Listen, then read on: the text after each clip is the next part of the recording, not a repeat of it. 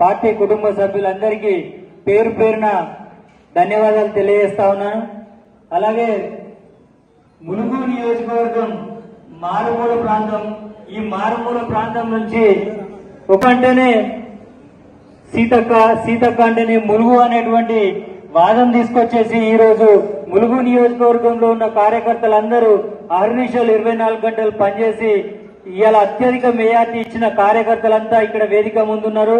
ఈ ఒక్కొక్కరు మినిమం నాకు తెలిసి ఇక్కడ ఉన్న ప్రతి కార్యకర్త కూడా ఒక 1000 ఓట్లు వేయించే దమ్మున్న కార్యకర్తలు ఇక్కడ ఉన్నారు.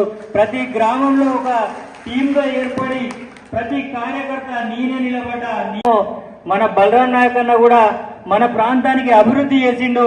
ఏదైతే అభివృద్ధి జరిగిందో కాంగ్రెస్ ప్రభుత్వంలో అది ఎంపీ ల్యాడ్స్ నుంచి తీసుకొచ్చిన హాస్పిటలే కావచ్చు, నేషనల్ హైవేసే కావచ్చు, కంతనపల్లి ప్రాజెక్టే కావచ్చు, ఇవన్నీ కూడా బలరాం నాయక్ అన్న ఎంపీగా సెంట్రల్ మినిస్టర్ గా ఉన్నప్పుడు జరిగిన అభివృద్ధి జరిగింది తప్ప తర్వాత జరిగిన 2 పర్యాయాలు కూడా ఈ ప్రాంతానికి ఎంపీ అభ్యర్థులుగా నిలబడ్డ కవిత గాని సీతారాం నాయక్ గాని చేసిన అభివృద్ధి ఏదన్నా ఒక్కటన్నా చూపిమని చెప్పేసి ఈ వేదిక నుండి ఛాలెంజ్ చేస్తా ఉన్నా.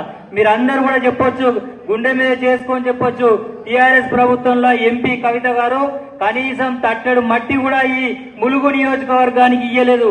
చర్చ పెట్టండి మీరు. ప్రతి గ్రామంలో కూడా టీఆర్ఎస్ కార్యకర్తలకు ఎవరికి ఓటు తీసుకొచ్చిన చరిత్ర లేదు ములుగు నియోజకవర్గంలో.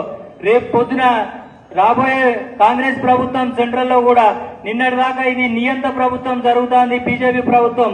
ఆ నియంత పాలన పోవాలి, ప్రజాస్వామ్యం రావాలి అంటే మనం ఇదివరకు ఎట్లయితే కొట్లాడి తెలంగాణలో కేసీఆర్ ను పొందబెట్టాము, సెంట్రల్లో ఉన్న నరేంద్ర మోడీని కూడా పొందబెట్టాలంటే ఇక్కడ ఉన్న ప్రతి కార్యకర్త కూడా ఒక యుద్ధ సైనికుల్లాగా పనిచేసి ప్రధానమంత్రిగా రాహుల్ గాంధీని చూడాలి.